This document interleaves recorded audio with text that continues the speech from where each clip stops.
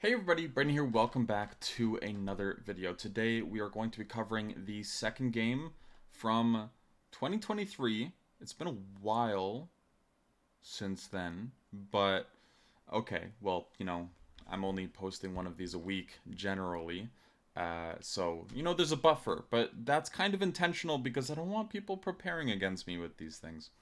Okay, so I am playing against an international master. This is my first time playing an IM over the board. Uh, so that's kind of exciting. Just like the last game was my first time playing against an FM over the board. I ended up winning that one. Can I continue the streak? We'll have to see. Alright, so I'm playing with the white pieces again.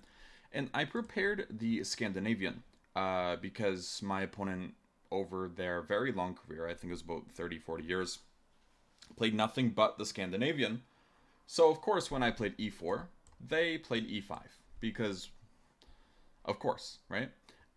So, they didn't end up going into my preparation, but I think that's fair. They ended up quitting the Scandinavian, I think, right before the tournament because they played a very specific line that you could actually refute by force with the computer. I talked with them afterwards and they actually agreed with it. So that would have been nice if I could have gotten that instead. Instead, we got a real game that, we had to think. So, knight to f3, knight to c6, bishop to b5, my standard Ruy Lopez, as per usual, and bishop to c5. Now, the next move I would not call dubious, but I think it's bordering upon that. I ended up castling here. And this is a fine move, but it's not a ambitious one. Instead, what I probably should have done is played the move c3. So what's the difference between the moves? If I play c3 or castles, actually there's only one real difference, and that's whether or not you allow the move knight to d4. And in truth, allowing this move knight to d4 is not something we want to do. Knight to d4 is a good way to actually trade off some pieces for black, especially now that their knight is gone off of c6. The c6 move is available to attack the bishop on b5. And all of a sudden, it wishes it was on c4. If it was on c4, then knight d4 would have lost a little bit of steam, but now it's even stronger because of the c6 potential. So I ended up taking bishop takes d4. And originally I thought this was a bad setup for black because, as you can see, c3 and d4 are going to be a very quick way to continue. But the thing is, the bishop on b5 isn't really a charmer. If it was in a better spot, then perhaps this would have been okay. And this isn't like a bird's defense where they had to take with the pawn. If they get to take with the bishop, when we see this c3 and d4 action, well, now c6 is possible, getting ready to just control more of the center. And yeah, it's hard to really take advantage of anything like this. There's not really anything clear that I see. As far as I'm aware, black is actually just totally fine. It's an equal position. So bishop c4, d6. It's important to note that d5 doesn't work. Normally people want to play moves like d5 if they can. Of course, yeah, you would like to play it, but whenever you see that you have to take with the pawn and you get an isolated pawn, as well as the fact that there's just the move bishop b5 check, it's no longer something you seriously consider. But the reason why is because after bishop takes d7, d takes e5, white just wins a pawn and is actually probably just going to win this game completely. So d6, just reinforcing the e5 pawn, very normal way to play.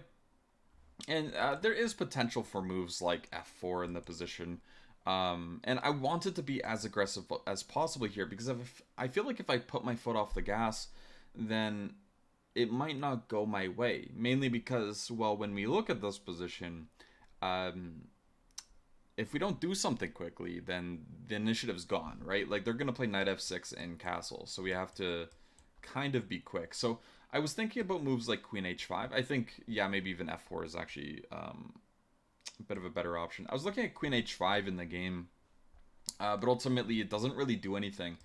Turns out queen f6 is actually a pretty decent move, and after d takes e5, d takes e5, and for example something like bishop e3 or bishop g5, I don't even think it matters much. just queen g6, and black is kind of out of the woodwork there, so nothing to speak of. Instead, I ended up playing bishop to e3. Again, maybe I should have played something like f4, but with how the game turned out, it's hard to say there is a problem with this move. So now knight to f6. I took on e5, and this was kind of the idea of bishop e3, is after taking on e5, takes on e5, we can now take on d8. And if they take with the king, we could take on b6 and then play moves like f3, and I think we have a pretty decent position. We can also, for example, after taking on b6, instead of playing f3, we can just take on f7, claiming that they have a isolated pawn on e5 that is going to be weak in the long term, which is true. Instead, bishop takes d8 is the correct move because it defends the f7 pawn. Just played f3 here. I didn't see anything wrong with it. It's just a normal move that you'll see in a lot of these types of like queenless middle game endgames, and it's always, nearly always, just a good choice just to reinforce everything. Because now there's not really much of a worry of like some sort of kingside attack. Now, my opponent's next move, I am not a huge fan of. I think practically it causes some problems. It might objectively be okay, but I'm trying to actually go over this one without a computer.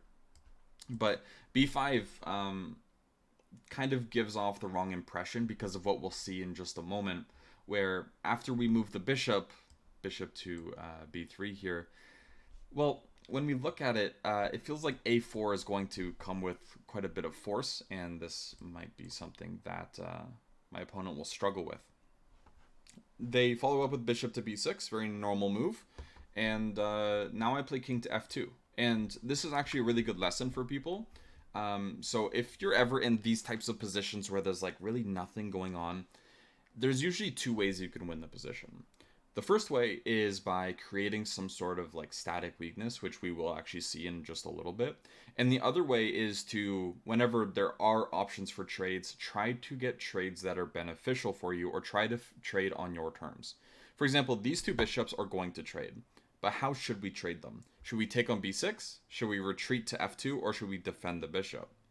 Well, the problem is if we end up, retreating to f2, I mean, maybe they can just take, and we did just kind of waste a move playing bishop f2. It doesn't really seem that aggressive. Whereas if we take on b6, I don't like this at all compared to bishop f2, because now black's rook is open, and black's going to have no problems developing the rest of their pieces. So, for example, just a random sample line could go knight d2, king e7, rook fd1, bishop e6, trade. We probably should play a3 because we might be worried of some sort of attack on a2 after rook hd8 and, for example, knight f1. And it feels like black's actually finding a little bit of or activity a little bit easier than white is. And one thing I'm kind of scared of is a very simple maneuver like knight d7, c5, and then a4, because this complex can actually be quite weak in these cases. But it feels like a3 was still necessary, so it's hard to say that we shouldn't have played that and that was the cause here. So yeah, going back here, I don't really want to take on b6, feels wrong. Instead, king f2. Again, just trying to trade on our terms. So king to f2, of course, if they take, now our king is on e3. It's completely safe. There's not really a piece that can attack the dark squares around our king so easily. Even if something like knight to h5, we always have moves like g3 just to prevent stuff like that. So we're not even worried there. But yeah, we're pretty happy if they end up taking on e3 because we're just activating our king. Which is a pretty important piece in these types of queenless middle game / endgame positions.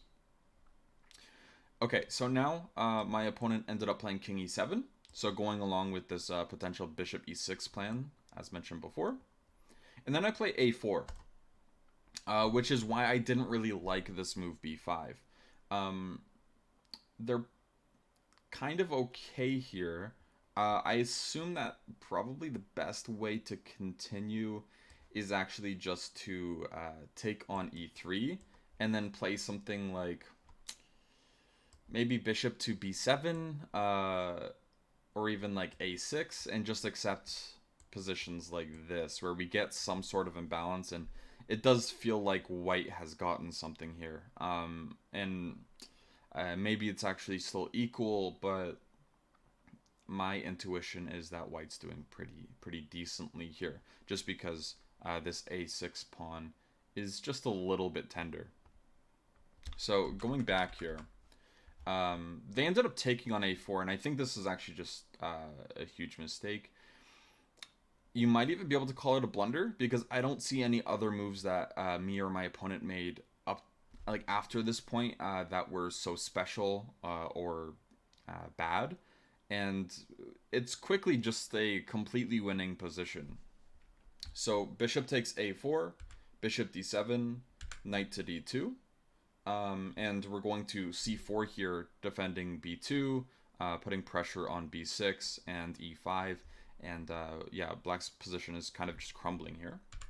So rook to b8, knight c4, trying to force the action here. Again, if we can take with the king, then we're pretty happy, and we actually do get that.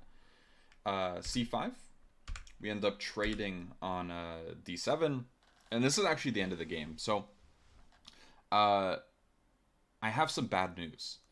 Unfortunately, I'll just actually say what I wrote, because I took some notes here. This is a dream scenario of getting a position you need to play for a win, but nerves overtook objectivity here, which I don't know how else to explain it, because after accepting a draw here, or offering a draw here, I knew that I had only winning chances, but at the same time, the two reasons why I did offer the draw, as I put here as well in the notes, is one, nerves of being in a better position. Sometimes it's just harder to play in a better position because you're scared of messing it up. And sometimes it's easy for your opponents to defend worse positions because it's, well, easier to find a plan for them. And that's kind of what I was worried about here, is somehow losing the thread. And two, trauma of losing in these types of positions many times before. And that's something that I really need to work on moving forward. I should not be offering draws or even accepting draws in these types of positions, be it in IM or Magnus Carlsen. Like, this is clearly better, if not completely winning for white. It's just that a lot of work needs to be done. One of the ways we could continue here is by bringing the king over to c2, putting the rooks on the a file to target this a7 pawn, and then we can remaneuver our knight, say to d5, or even, where else could we put it? I wouldn't say really f5, but let's just like play things out here. So rook to a6, preventing knight to b6. Because now if knight to b6 is played, I believe we can play knight takes e5, which is obviously just a complete problem. So f6, the other rook to a1, and now they can't play knight b6 for other reasons. And yeah, they're just kind of paralyzed. And this is actually what I saw in the game too. But I was just so afraid of going for it, which is just very depressing to think about, because it's really hard to find a better chance to win against an IM than getting a position like this. So unfortunately, this was not my first win against an IM, but it was my first game and my first draw against one. This kind of helped quell my fears of playing much stronger opponents, because, well, it was a draw and it wasn't a particularly difficult one either. Of course, there was some times where I had to stop and think, but that's kind of common in every game. So, yeah, even though it was nerves, still, it was also a confidence boost, because I don't see myself doing this again. And yeah, you just gotta learn from your mistakes. So anyways, I hope you guys did enjoy this one, and hopefully learn something, especially about trading on your own terms. But that's going to be it. All right, have a good one, guys. Bye bye.